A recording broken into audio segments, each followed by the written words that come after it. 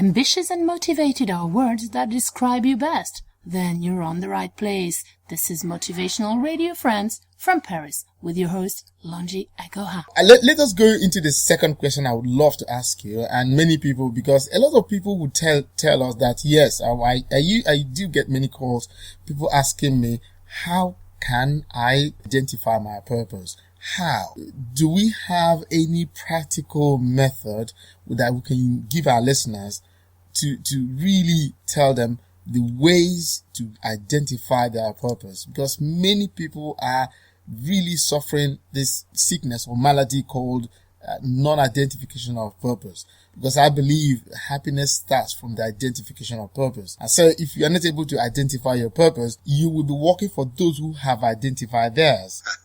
How about that? Yes, very, very, very true. I call it, cancer, in our community nowadays, that, a lot of people are following people's purpose, and they are thinking they are working on their purpose. You asked the question, how can somebody identify their purpose? Mm-hmm. Number one, you need to find out what you love doing. Mm-hmm. What you love doing is an indication of your purpose. Okay. You see, as I said from the beginning, you don't hear a train complain to say, I'm tired. Mm-hmm. Or you don't hear your television. You put it on 24/7 and it's complaining to you that I'm tired. Because that is what it's created to do.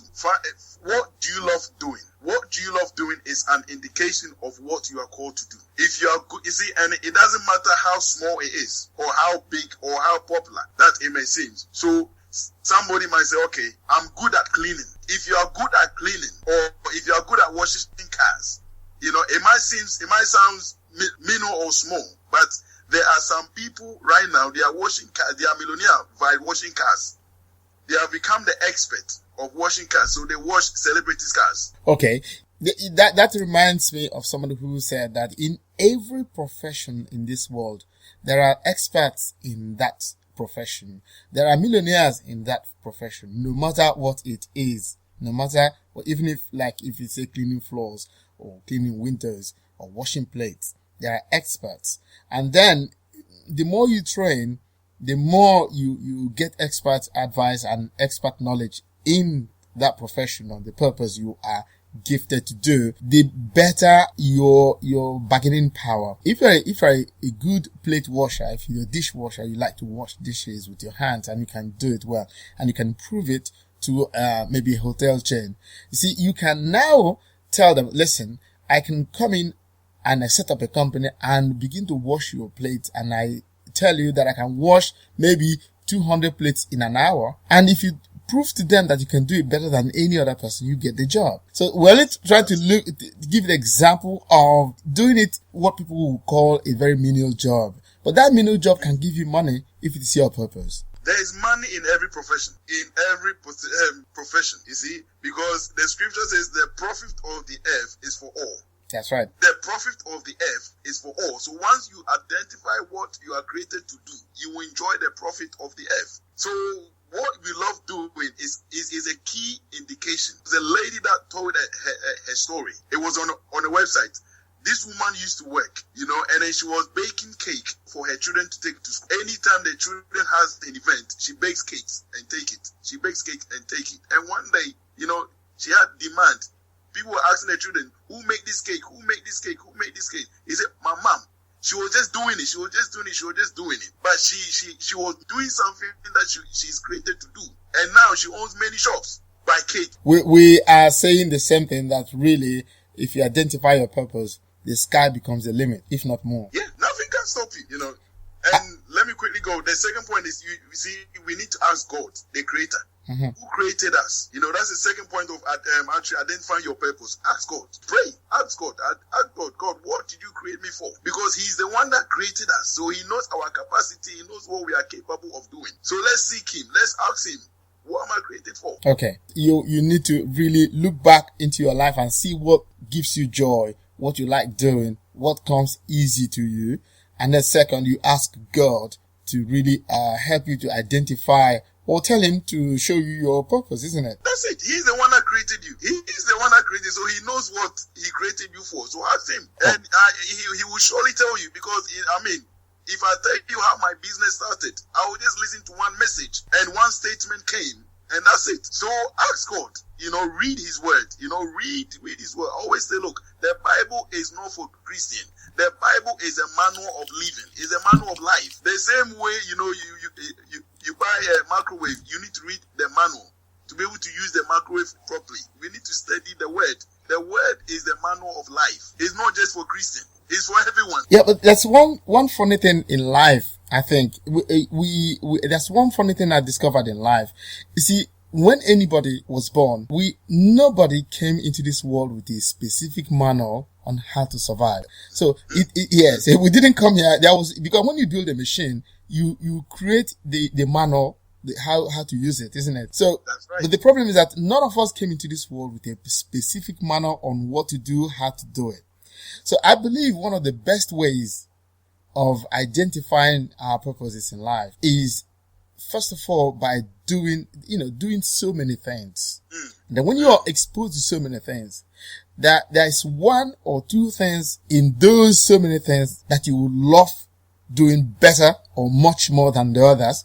One. Second, like you said it before, what you are prepared to do even without being paid for some time. For example, me, I love speaking. I am ready to speak for free. That is, I will go and speak for free. That's what I love doing. And everything I do today is towards speaking to people.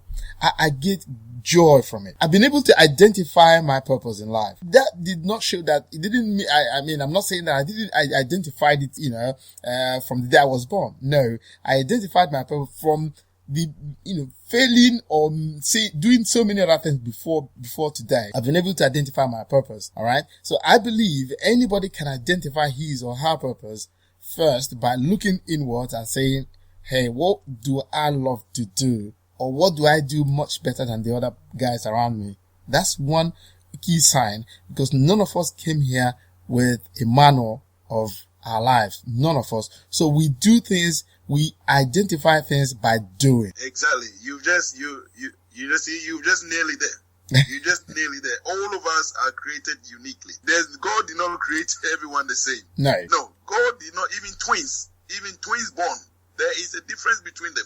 They are not the same. Sure, I guess I agree with you. You understand? So we are not created the same. And as you said, from the beginning, we didn't come with a manual. We don't know what we are going to do. But as we are growing and doing many things, surely you see, something will single out. Say, this is what I love doing. That's right. When you start school, like the schooling system, primary school, they will give you many subjects to do. But as you are progressing, when you get to A level, you can see it reduces to maybe 2 or 3 subjects. That's right. What you are good at. And you focus on it. Okay, that brings up the subject of. So it's very, very important. This subject is a key. Yeah, I'm listening. Go ahead. Yeah, that's right. Yeah. So this topic is key. Is a key subject. Yeah, I guess we cannot have enough of it, because identification of purpose will determine how far you go in life. And I always say that we place limits for ourselves. I guess we always place limits to ourselves, because nobody told you that this is the height you can get to. Because even if anybody says that, it is left for you to accept it or not. Okay, so I believe that limits are self-imposed. We impose limits to our own possibilities. Through fear. That's right. And through people. Is it what people will say? It's fear.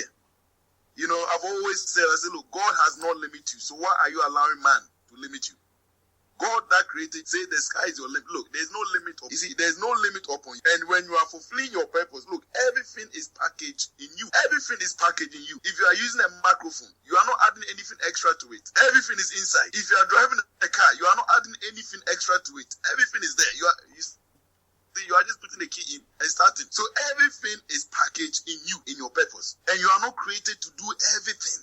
You are created to do a specific thing, one thing that you are created to do, not everything. And your job is to identify what it is. And your job is to identify it. Because if you try to do everything, you wear yourself out quickly. You wear yourself out. It's not doing everything that makes you outstanding. It's doing the right thing. Doing what you are called to do, that will make you outstanding in your field. When you identify that, you see, there will be no jealousy, there will be no competition, there will be no strife. You see, you'll be walking on your lane. Your neighbor will be walking on on his lane. You see, everyone will be working on their lane, fulfilling what they are called to do. So you're saying that when there's jealousy, it means that the person has not identified his purpose. 100%. Because why are you jealous of somebody when the person is just doing what he's called to do? When all you need to do is identify what you are called to do and pursue it. And pursue it. Yeah, I agree with you. I agree with you, because if you're called to be a painter and you're doing a painting job, somehow you succeed in painting. So you wouldn't jealous another person who is writing who is a footballer, for example. Exactly, yeah. Because you see, why? Once you see the time you spend, jealousing somebody, use that time to work on yourself, to perfect yourself. You understand? I said, if somebody find out what I know and do what I do, they will get the same results. Right. So the person you are jealous of, find out what the person is doing, learn what the person is doing, even humble yourself and ask the person to teach you, how did you become, and then learn and then practice, and then you would see the same results. You see, so there is no room for jealousy. There is no room for jealousy in life. Mm-hmm. When you have identified your purpose, it will take time. Just work on it. Water it. Work on it. Learn. Read books. Find out who and do it. Look, it takes time. So it will take time, but just keep moving. You might face some challenges, but keep going. If you are traveling in a car and you meet a first set of traffic lights, and when it's red, you will not turn back and go home. You wait for it to be green, and then you carry on. This podcast was brought to you by the Motivational Radio France with their host, Lonjago and Barris.